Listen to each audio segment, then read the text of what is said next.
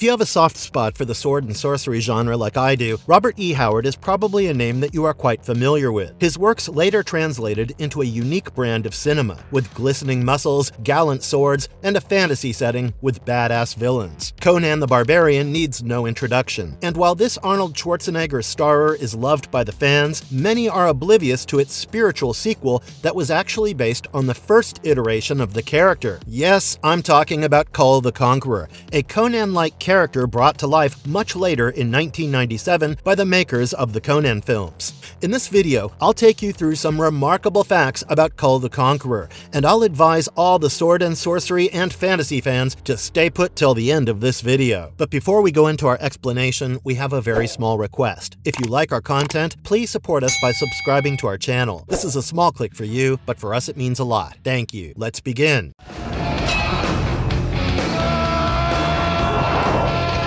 Is Kull actually the original Conan? It's time for a mini history lesson. Very few are aware of the fact that Kull was actually the original Conan. The famous line, "By this axe I rule," is the title of Robert E. Howard's short story featuring Kull, but this story was initially rejected by his magazine publisher. He went back and rewrote the story as The Phoenix and the Sword, and this is regarded as the first ever Conan story. Thus, a simple case of rejection led to Kull being rebranded into Conan. And this is largely because of the difference in their personalities and characters. Kull was always a more introspective and philosophical character with roots in Atlantis, a mystical place of great wealth and civilization. It was initially perceived that such traits will alienate the readers looking for a more primal and direct adventure story. Of course, Conan became a household name, and once he was very popular, Howard's Kull stories were later published in Conan's popular wake, and this is how the films were released as well. While the two Conan films featuring Arnold Schwarzenegger became massive hits, Kull was made later to utilize the fan following of Conan. Even though this timeline is slightly different, Kull is actually the reason behind Conan's existence, and the first ideas about Conan came from this very character.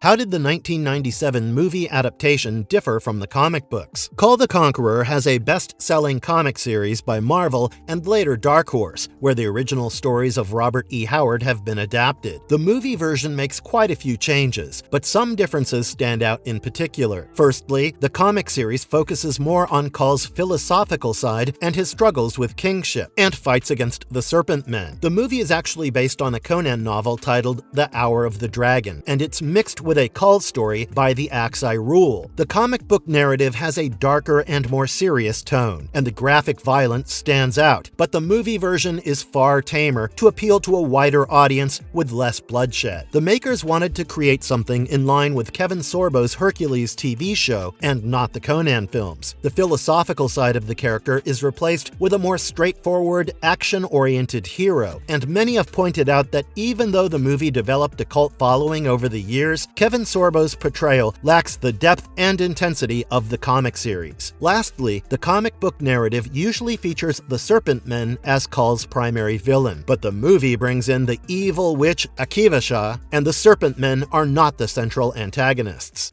Arnold Schwarzenegger's refusal paved the way for the Kull the Conqueror movie. When the makers of Conan were looking to expand the franchise with the third film, Conan the Conqueror, they ran into an unexpected roadblock. The last Conan film, Conan the Destroyer, had received a lukewarm reception, and Arnold Schwarzenegger was not too keen on doing a sequel. Besides, he had his hands full with Terminator 2: Judgment Day, a project that he saw as more competent and effective. This is not the first time that Arnold Schwarzenegger had turned down sequels, because he also refused to star in sequels to Commando, Predator, Total Recall, and True Lies. When he refused to be a part of the movie, the chances of a Conan sequel faded because the makers couldn't utilize the rights single-handedly. The script was then changed slightly and reworked as Kull the Conqueror. Kevin Sorbo, who had already become a popular face on television, took up the lead role, and thus the story of Kull, which should have been adapted sooner, finally got an opportunity. Kevin Sorbo had already impressed with the Hercules TV series, and the makers felt that a similar tone could help him bring the character of Kull to life. The movie is not flawless, but it's still a must-watch for all the sword and sorcery fans out there.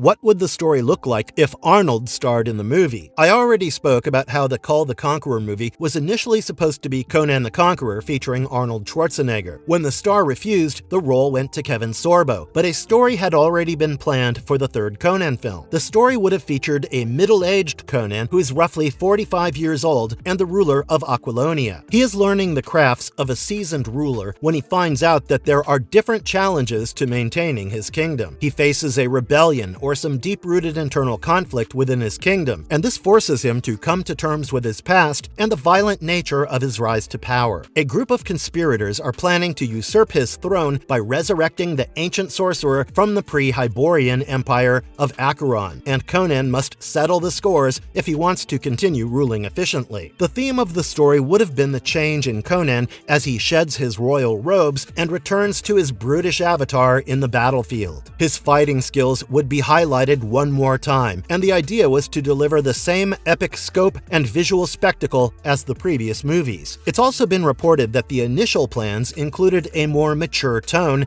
and unforgiving approach, which might have just pleased the gorehounds.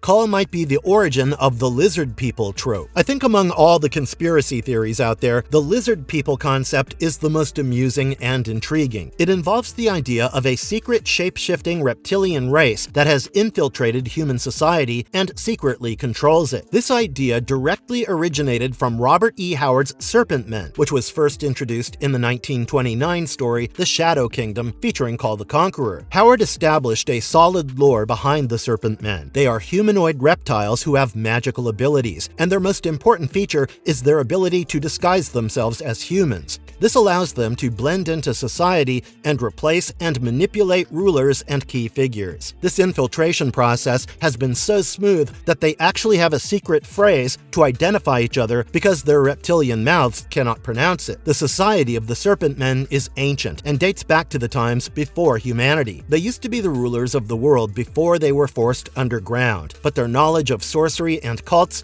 allowed them to continue their schemes. They worship the Great Serpent, and their connection to the occult is quite deep. This has also been reflected in the wider Cthulhu mythos, and currently the idea of shape-shifting reptilian creatures has become quite a staple in fantasy, horror, and modern-day conspiracy theories about lizard people secretly ruling the world. This just goes on to show how fiction can also influence contemporary culture and thoughts. Kevin Sorbo's infamous injury on the sets. It's not uncommon for an action star to sustain some injuries on the sets, especially when the filming involves the use of various bladed weapons. In Kull the Conqueror, Kevin Sorbo had a dull-bladed prop sword, but he still managed to nick himself with the prop weapon. The injury wasn't too serious, but it was still enough to make him jittery. He requested the makers to hand him a safer weapon as a prop, and he was finally given a rubber sword. He was not the only one to be injured on the set, and the stunt team also encountered a few accidents here and there, even though none of them were alarming in nature. Maybe the low budget of the movie didn't permit satisfactory safety standards, but I think anybody signing up for such action-packed dramas also sign up for a few injuries along the way, as long as nothing's too serious.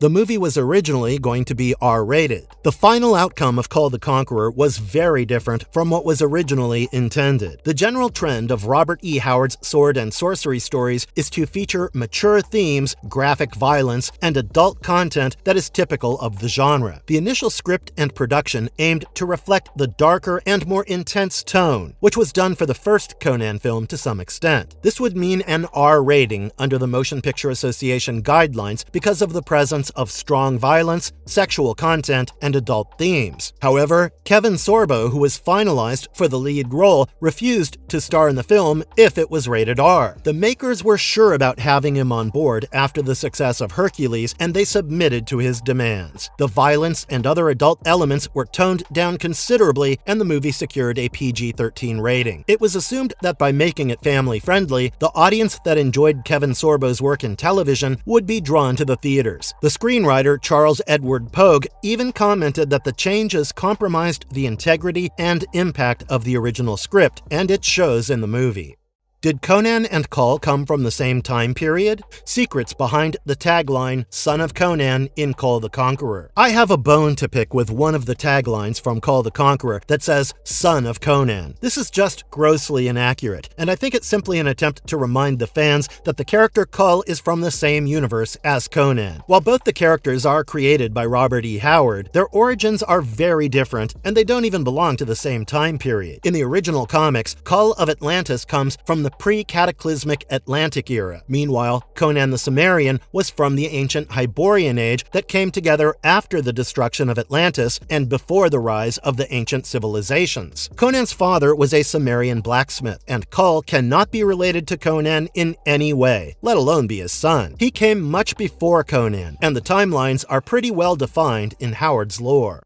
What are some of the lesser-known details about Kull's origins and early life? One of the major aspects of Kull's life that has been completely ignored in the movie is his origin and early life. Those who are not familiar with the source material should know about the struggles of his childhood as portrayed by Robert E. Howard. He was born in the Tiger Valley of Atlantis, and his tribe was wiped out by a cataclysmic flood when he was just a baby. He survived along as a feral child in the wild, which strengthened him and built his resilience. Later, he was captured and adopted by the Sea Mountain tribe of Atlantis, but he always felt like an outsider among them. He never really accepted their rigid customs and rituals, and one of his acts of mercy against the harsh punishment of the tribe got him exiled. The next stage of his life is marked by hardship and adventure, and he went from being captured by pirates to being forced to work as a galley slave before he became a fierce pirate himself. Eventually, he proved his skills as a mercenary and finally became a general and then a king after completing a successful rebellion. The deeply introspective and philosophical perspective of Kull comes from this very diverse origin story, and I would have loved for the movie to capture this to some extent.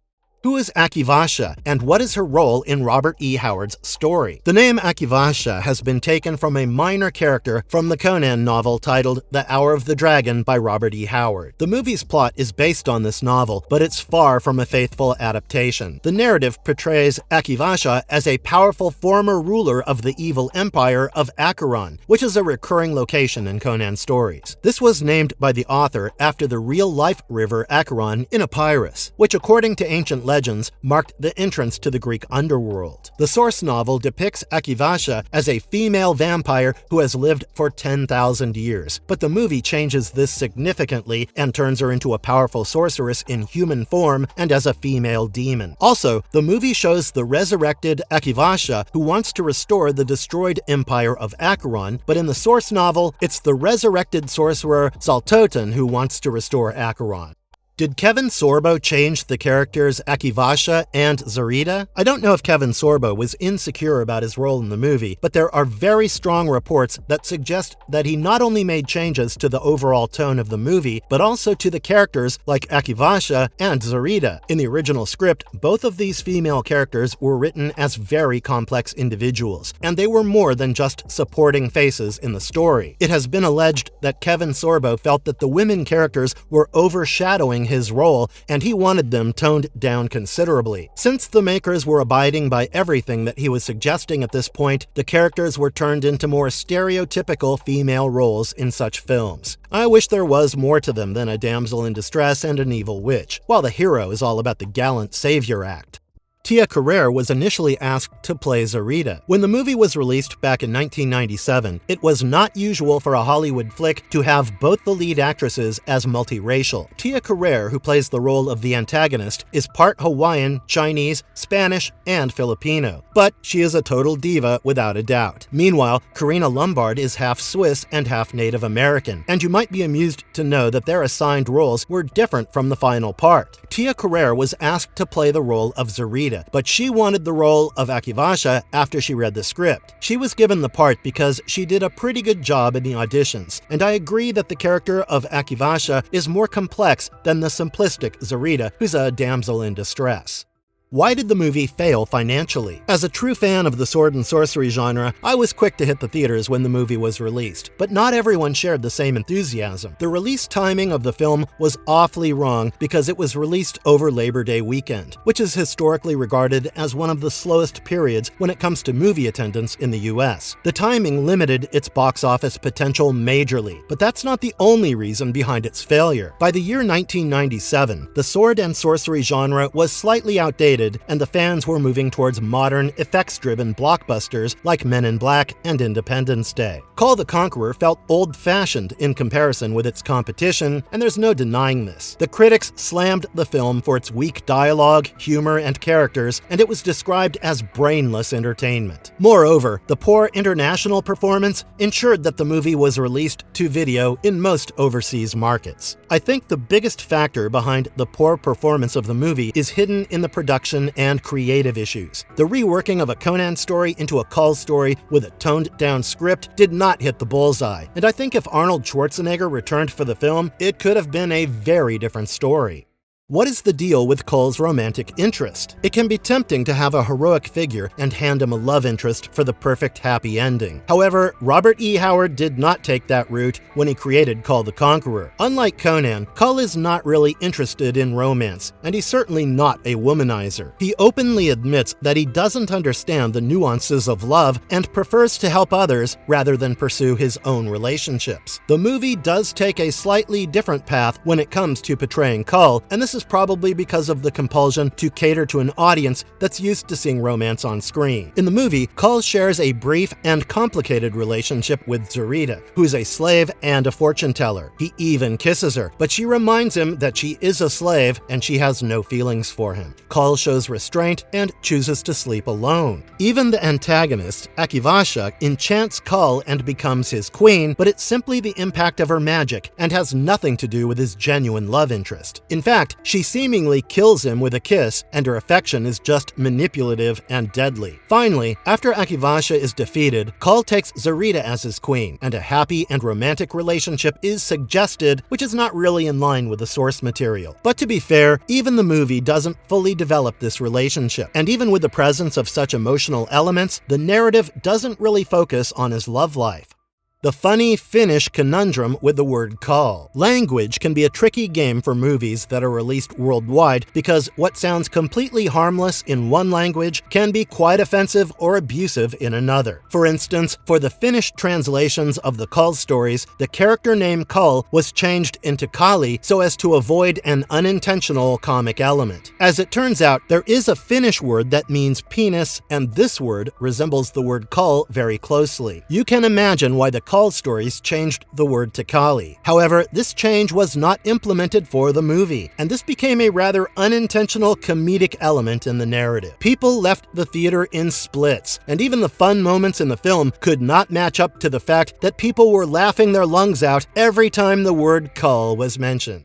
Marvelous verdict. I don't know if the makers never really planned a sequel to Kull the Conqueror in the first place, or if the decision was changed after the box office failure of the movie. All I know is that the concept of Kull and the original stories featuring him are so good that they don't deserve to be lost with just one movie adaptation. Also, I'm thrilled to even think what a modern-day adaptation of Kull the Conqueror might look like with high-end visuals and special effects. Nevertheless, there is no such news as of now, and it seems like we reached a dead end with the whole unhinged versions of sword and sorcery. Do let me know in the comments below what you think of Kull the Conqueror as a character, and also share your thoughts on the movie adaptation. I'd also love to hear from you about your favorite facts from the list, and feel free to add more if you have something new.